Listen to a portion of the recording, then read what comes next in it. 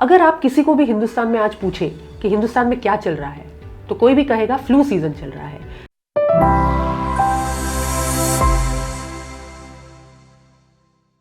नमस्ते, मैं डॉक्टर मेघना पांडे, कंसल्टेंट फिजिशियन और इंटेंसिविस्ट। आज हम बात करेंगे इन्फ्लुएंजा और इन्फ्लुएंजा वैक्सीन्स की। ओके, तो अब ये फ्लू होता क्या है? फ्लू यानी इन्फ्लुएंजा एक वायरस से फैलने वाली बीमारी है जो कि हाईली कंटेजियस है। अगर घर में एक को भी हो जाए तो पूरा परिवार उस इन्फेक्शन से ग्रस्त हो जाता है।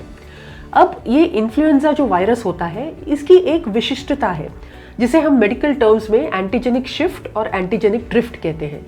यानी उसमें क्या होता है कि ये जो वायरस है, उसका जो जेनेटिक मटेरियल है, वो खुद ब खुद उसमें परिवर्तन करते रहता है, खुद उसमें बदलाव लाते रहता है। तो उसकी वजह से क्या होता है, जब ये बदलाव कुछ कम समय की अवधि में हो तो उसे एंटीजेनिक शिफ्ट कहते हैं। और जब ये बदलाव कई महीनों तक, सालों तक चलता रहे और वायरस के स्ट्रक्चर में चेंज आ जाए तो उसको एंटीजेनिक ड्रिफ्ट कहते हैं। अब वो शिफ्ट हो या ड्रिफ्ट हो, उसकी वजह से क्या होता है कि वायरस का जो स्ट्रक्चर है वो चेंज होते रहता है।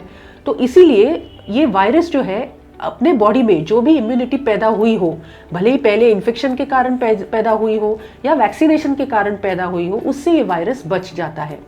तो इसीलिए अगर आपको पहले इन्फ्लुएंजा हो चुका हो या पहले आपने इन्फ्लुएंजा की वैक्सीन ले रखी हो, फिर भी आपको फिर से इन्फ्लुएंजा होने के चांसेस होते हैं। और कई लोगों को बार बार इन्फ्लुएंजा होते रहता है।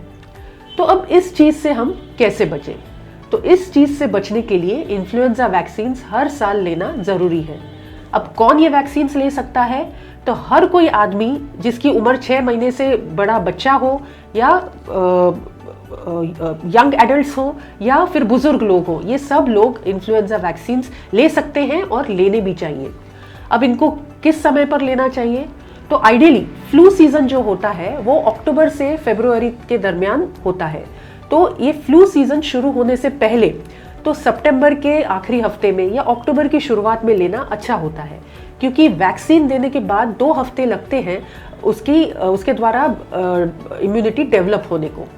वैक्सीन देने के बाद जो अपने इम्यून सेल्स होते हैं वो एक्टिवेट हो जाते हैं और एंटीबॉडीज प्रोड्यूस करते हैं। अब वैक्सीन भी इसके कई प्रकार हैं। कुछ एग बेस्ड वैक्सीन होते हैं, कुछ सेल बेस्ड वैक्सीन होते हैं। अब जो लोग 65 साल, जिनकी उम्र 65 साल से नीचे है, वो जैसे इनएक्टिवेटेड वैक्सीन है जो वायरस को मारकर बनाई जाती है, या लाइव एटेन्यूएटेड वैक्सीन है जो वायरस की पावर कम करके बनाई जाती है, या रिकॉम्बिनेंट वैक्सीन है जो जेनेटिक इंजीनियरिंग से बनाई जाती है। इन तीनों में से कोई भी वैक्सीन ले सकते हैं। जो लाइव एटेन्यूएटेड वैक्सीन है वो यूजुअली 2 साल से 50 साल की उम्र में जो लोग आते हैं उन्हीं को दी जाती है। क्योंकि ये लाइव वायरस है, इसीलिए ये वैक्सीन प्रेग्नेंट लेडीज और ऐसे लोग जिनकी रोग प्रतिबंधक शक्ति बहुत कम हो, जैसे कुछ कैंसर पेशेंट्स हैं, HIV पेशेंट्स हैं या ट्रांसप्लांट वाले पेशेंट्स हैं, उनमें ये लाइव एटेन्यूएटेड वैक्सीन नहीं दी जाती। अब जिनकी उम्र 65 साल से ज्यादा है, उनके लिए आजकल कुछ वैक्सीन ऐसे भी उपलब्ध है जिनको हम क्वाड्रीवैलेंट वैक्सीन कहते हैं। यानी क्वाड्रीवैलेंट यानी उनमें जो एंटीजन या प्रतिजन होता है वो 4 गुना ज्यादा होता है। तो उसकी वजह से वो जो इम्यूनिटी शरीर में पैदा करते हैं वो भी 4 गुना ज्यादा होती है। तो जो लोग 65 साल से ऊपर है, उनके लिए ये जो क्वाड्रीवैलेंट वैक्सीन है वो लेना ज्यादा जरूरी है।